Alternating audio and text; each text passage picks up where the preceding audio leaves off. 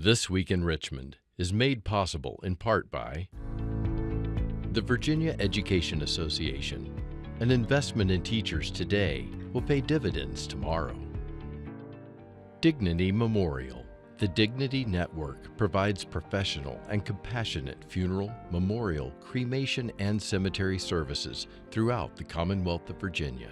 Virginia Hospital and Healthcare Association for jobs, the economy, and public health, committed to advancing health and economic opportunity for all Virginians. Virginia Tourism Corporation, promoting why Virginia is for lovers, lovers of wine and craft beers, the outdoors, beaches, history, music, and more. Fall in love with Virginia at virginia.org. Additional support provided by these sponsors.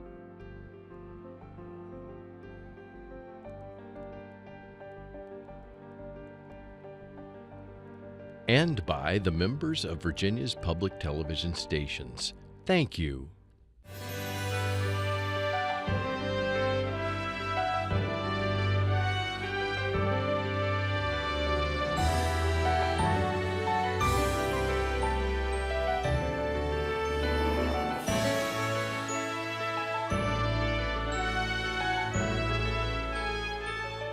Welcome to This Week in Richmond, and a very special welcome to the DMV Commissioner, Richard Holcomb. There are many letters used around Capitol Square. I think DMV is the only one that we don't have to spell out. Yes, sir. People know what it is. Yes, and great to have you on. You've served with 5 governors. Go back to Hampton-Sydney days with political science, and then Juris Doctor from University of Richmond. Some stint in Washington.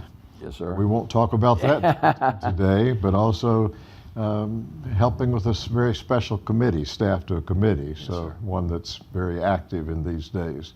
But what we really want to talk about is REAL, Real ID. Yes, sir. Because it's rolling out in Virginia. It's happened in some other states, but it's coming soon in Virginia. So why is it happening, and what is it?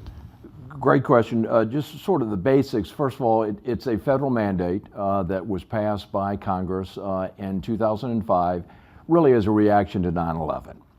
And it sets forth that if in fact you want to use your Virginia-issued driver's license or ID for federal purposes, it's got to be issued through a certain process, and it has to look a certain way. Now you're right, we're not the first state to roll this out, and usually I like to have the Virginia DMV first in everything. This case was good to be 33rd because yes. we have learned a whole lot from mistakes that other states have made and also good things that states have done. But like you said, starting October 1 of this year, 2018, we will be issuing Real ID compliant cards. Now, one of the mistakes that other states have made that we're not going to make, we're making it voluntary. So if you in fact need to have that credential, and you will need that credential to travel domestically, you'll need that credential to get into secure federal buildings. So if you need that, you can come to the Virginia DMV starting October 1 to get it. If you decide I don't need it, or I would prefer traveling with my passport, or I don't go into federal facilities, secure federal facilities, then you have the choice not to get it. Yes, sir. Yeah. So let me ask you about that. So if I chose not to get it, I probably will get it. But if I chose not to, then with the passport, I still could fly, or would they say, oh, this is a wrong? No, sir. Absolutely right. If you decide that you don't want it, and you're willing to carry your passport to travel domestically, or if you're willing to use your passport to enter a military installation or a secure federal building, that's fine. Plus, there are a number of other federally issued IDs, some military, the Transportation Worker Identification Credential, which we issue at 6 of our locations, you can also use. But the convenience of having having that on your driver's license makes a big difference. We think most of our consumers will think that. I would think so. And I'll tell you, David, looking again at the other states that have done this, on the voluntary approach, most states have seen 30% of their current legacy holders, people who currently hold driver's license or IDs, to say, you know what, I want to go ahead and get that additional feature to my credential. We think in Virginia it's going to be closer to 40% because of our proximity to Washington, all of the military installations we have. So we're talking about 2.6 million Virginians will decide that they want to come in and get that upgraded credential. So you've been able to learn from what other states have done. Yes, sir. Some of our viewers will be saying, okay, October 1, should I come in right immediately, or how long do they have before they would be required to have it? Perfect question. The feds will start enforcement October 1 of 2020. Okay. So what we're asking all of our credential holders to do, pull your license or ID out, look to see when it expires. If it expires sometime between October 1 of this year and October 1 of 2020, just wait for your credential to expire, then come in. If it expires after October 1, 2020, and actually we allow people to renew their license a year in advance. So if it expires in September 2021, you can actually come in before the enforcement deadline and get a renewed credential. So we really want folks to plan on when to come in, because unfortunately there have been states that have had an extensive wait time associated with Real ID implementation. We are doing everything we can to prevent that from happening in Virginia, but we really need the help of our customers to plan. First of all, do they need it? Secondly, when do they need to come get it? That's what we're hoping people will do. Some may be wondering whether they need it to vote. I did some checking, and so it's not required for voting. If they're using that as their ID for voting, and that's all. Absolutely, and because enforcement doesn't start until October 1, 2020, your current credential is good until that time. So you don't need to rush in to do anything come October 1 of this year. And even if you decide, you know what, I don't need that Real ID credential, I'll just stick with my current version of the driver's license, that's fine. You can continue to use your license to drive, obviously, and to vote for identification purposes. But for those limited federal purposes, boarding an airplane to fly domestically, getting into a secure federal facility, you're going to need to have that upgraded credential. And David, to get it, you're going to be treated like a brand new customer. I've had a Virginia driver's license for quite some time, and most people in DMV know who I am. But to get a Real ID compliant credential, I'm going to have to come in and first of all prove identity, which I'll do either through my passport or through my or through my birth certificate. Prove legal presence, again through birth certificate or passport. I'll have to bring in 2 forms of residency proof, so utility bills, my mortgage statement, and then I'll have to bring in my Social Security card.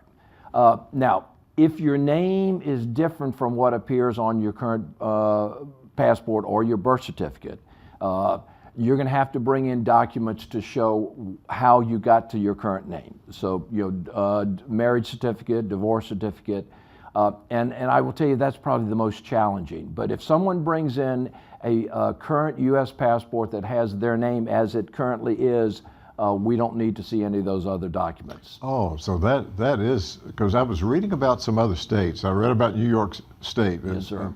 And particularly with predominantly women having to produce a marriage certificate, and not just the one that maybe they got from the clergy or someone that was hanging on the wall, but one that was really had the seal on it that it was became a real issue. But if they already had the passport, now you're saying that with their name as it appears, that works. That works. Now certainly we're not encouraging our customers to go out and spend a lot of money to get a passport. I understand. But, you might decide it's simpler than going back, particularly if you might have multiple name changes.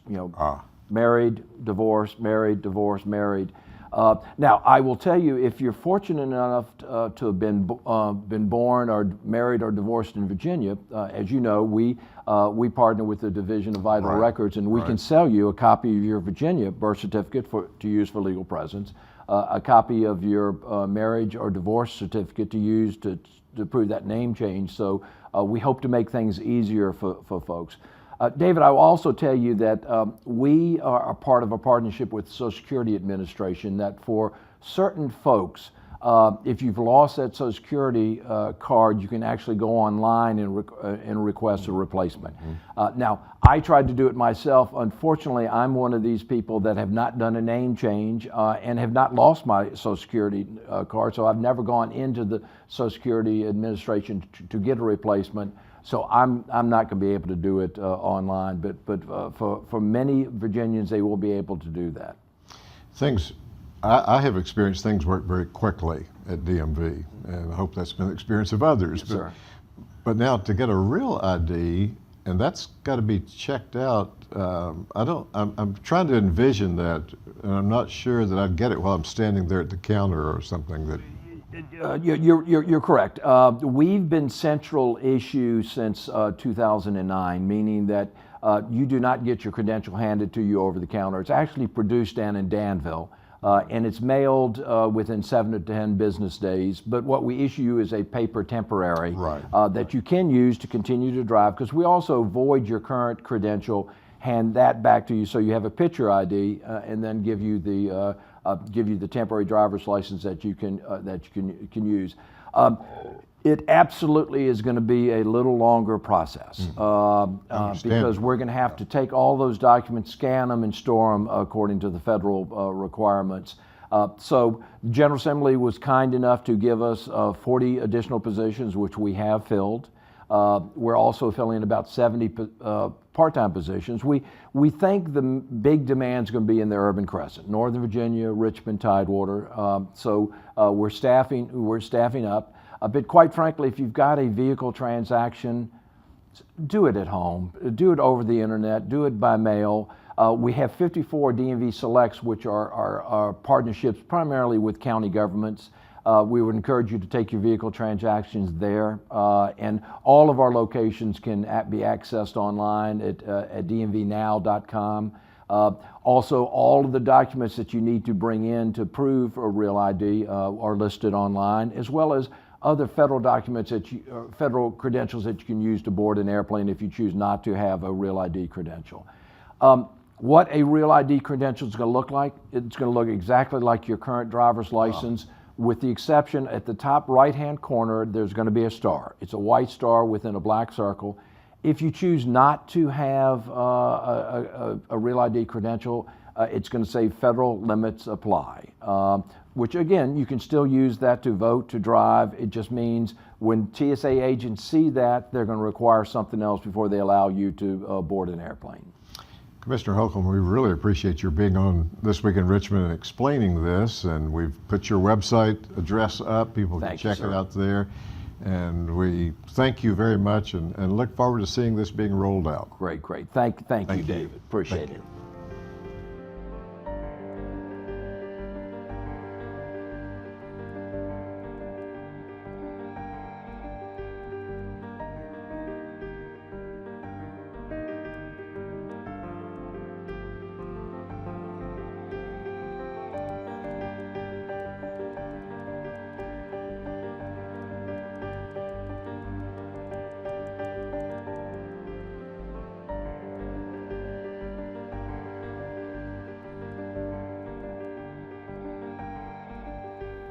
As we welcome our viewers back, we're delighted to welcome back Secretary Aubrey Layne. We've had conversations with you when you were wearing a previous hat in transportation, and also while you were wearing your hat as Secretary of Finance. I guess it goes back to your days at University of Richmond and your accounting degree, and then also at Old Dominion as you studied more in this area. But the subject today really is the federal tax law change and how that impacts Virginia. And some are talking about a windfall of money, and some are talking about where that money would go. So what's the perspective of Governor Northam about how that needs to play out when the General Assembly meets? Well, first of all, David, thanks for having me back again. And you're right, I'm sort of back doing things that I did most of my career on the financial side. Yes, it should be noted, though, that Virginia has taken no action at all to cause this situation. This all came about back in December of 2017 when the federal government passed the Jobs Tax Cut Act. And what that did is it put a substantial amount of differences between the federal tax code and the Right. Virginia tax code. Now, there's two parts to that. One is a really sort of a technical issue called conformity, basically meaning that we're a conformity state and that we accept the definitions of income and deductions the same as the federal government. So that's one thing, regardless of what may happen on tax policy, we need to all come together on. Otherwise, you'll have residents for 2018, Virginia residents, having a different set of books for their state taxes than their federal. But what I think a lot of all the real discussion is going on is that's going to generate potentially some additional revenues in Virginia because of some other parts of our tax code, like deductions and exemptions, that are not as great as they are at the federal level. And so that will generate, all things being equal, additional state taxes in Virginia. But it should be noted that most people look at their benefit between the federal and state, and majority of Virginians are going to get a significant federal benefit, and the majority of Virginians are going to pay little to nothing more in additional state taxes. So this discussion really ought to be about policy and whether, and I tell people, I've heard a lot about the tax code, and some say it's fair and some say about equity, and those are pejorative terms. I've been dealing with this all my life, and basically Right. the tax code is really about behaviors you want of certain individuals and revenue generation. And that's the discussion I think we need to have after we have conformity. Governor Northam has made clear that he wants to make sure working families in Virginia benefit from all these tax changes. And if you look at the federal changes, those persons in Virginia making less than $50,000 only receive about 7% of those federal benefits. And if we made no changes, they would incur almost 14% of the additional tax in Virginia that would be required, all things being equal in that. So he's made it clear that these over 50% of Virginians make less than $50,000 a year, that they ought to be part of the solution of how we look at our tax policies, and that's why he has advocated a refundable earned income tax credit. Now, what that basically is, people get confused and think that has something to do with your liability. It does not.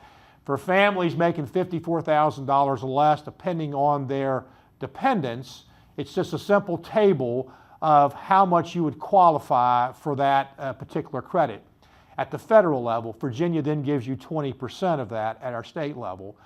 And what the governor is saying, for many Virginians, they don't get the whole benefit because we only let them, at the current tax policy, we only let them offset their current tax liability. Although it is not computed on your tax liability. It was actually put in place in 1975 and was advocated by President Reagan and Speaker Ryan as a good source of funds to offset lower income, the needs and all the taxes they're paying, whether they're state or they're federal or they're local taxes or payroll taxes.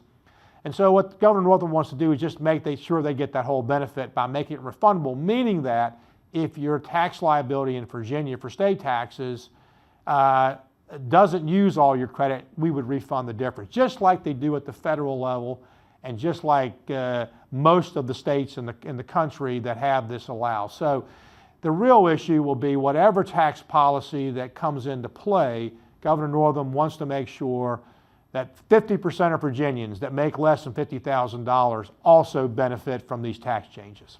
You know, I know that time won't permit to get real deep in the weeds because you can do it. You know the issue, and we'll have some of this discussion near the session. But as I looked at the states that do this, they were all over the place about what percentage.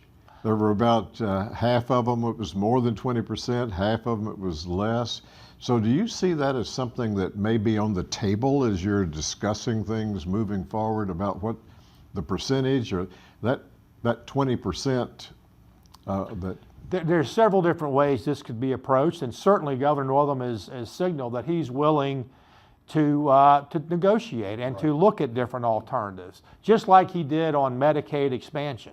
Right. There were some things that the other party wanted to make sure in terms of work-related items, and Governor Northam moved in that way. And same way he would do here, as long as those individuals benefit. We can do it lots of different ways. And by the way, let me point out that you have to be working to get this credit. Right. So quite frankly, that actually helps this conversation we had on Medicaid expansion, because the incentive is we wanted people to be working. This also encourages them to work by making this refundable, because you don't get it unless you're actually a working individual with earned income. I think that's an important point, because some would think, well, people that are just completely getting a handout, as they may refer to it, from the government, that they would get this, but you're saying it's not so. You've got to be working. No, that's correct. You have to be working and have earned income. It can't be interest income. You have to have a job, which typically probably means that you have insurance paid for by your employer. And again, the point is, it is not specifically related to your liability. It is a credit that the federal government and Virginia gives based on your earned income and number of dependents. There's a whole lot of the policies that we need to be discussing when you talk about tax policy or tax reform. And that could entail quite a few things. But I would point out that most of the money coming to Virginia, because of the federal action, is temporary. It's only good through 2024, because just like the Bush tax cuts, these expire. So it's not like we're having, you mentioned first of all, a windfall that's going to be ongoing. It potentially is a windfall over a few years, but let me point out what the ramifications of that federal action is at the federal level. The debt in this current fiscal year went from $660 million to over $1 trillion, bringing our total debt to over $21 trillion at the federal level. I'm not sure that's a sustainable policy, so we need to look at whatever this amount of revenue coming to Virginia. We need to look at it from the standpoint that it may not be recurring, and use it on things that will benefit Virginians without increasing the base Virginia budget. I guess that's why I've heard from some sources there needs to be something done about high-speed internet, using some of that money possibly, or widening some portions of 81, or public employees retirement fund. So there are several things, I guess, that are out on the table being discussed that if the governor succeeds in getting the earned income tax refund, it would still leave about half of that money to be used in other ways. That's correct, and Governor Northam has been clear about benefiting rural Virginia. You know, since I've been involved now, my 5th year, we've always talked about how we're going to invest in rural Virginia. Well, now we have revenues and a meaningful way to do that, because most of the people that are getting the earned income tax credit, if you look, are in these areas that we talk about we need to benefit, just like broadband. That is not ongoing. We can make a substantial investment in bringing broadband to rural Virginia.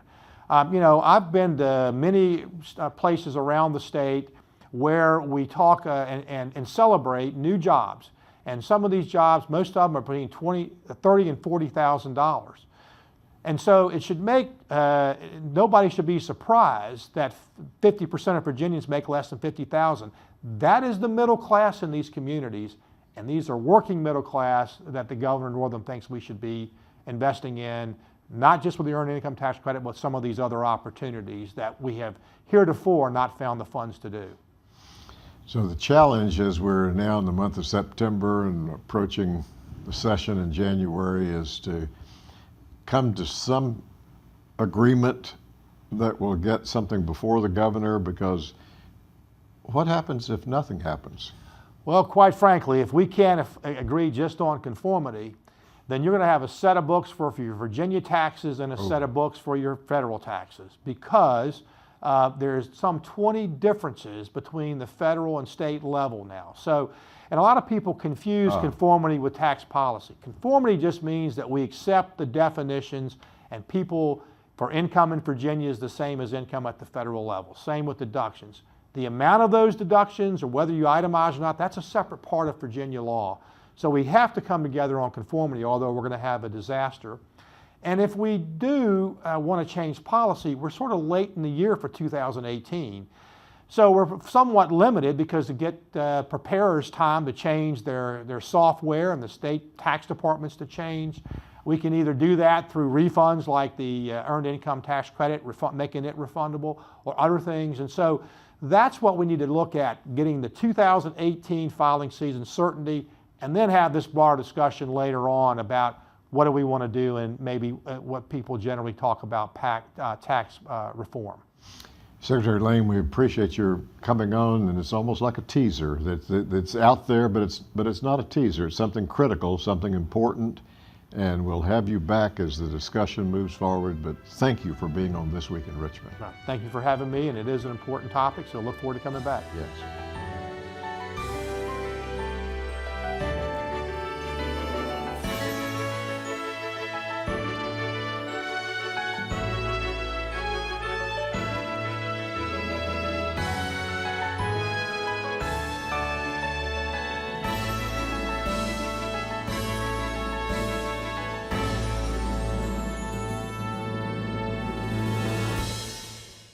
This Week in Richmond is made possible in part by the Virginia Education Association. An investment in teachers today will pay dividends tomorrow. Dignity Memorial. The Dignity Network provides professional and compassionate funeral, memorial, cremation, and cemetery services throughout the Commonwealth of Virginia. Virginia Hospital and Healthcare Association for jobs, the economy, and public health. Virginia Tourism Corporation, promoting why Virginia is for lovers, lovers of wine and craft beers, the outdoors, beaches, history, music, and more. Fall in love with Virginia at virginia.org. Additional support provided by these sponsors.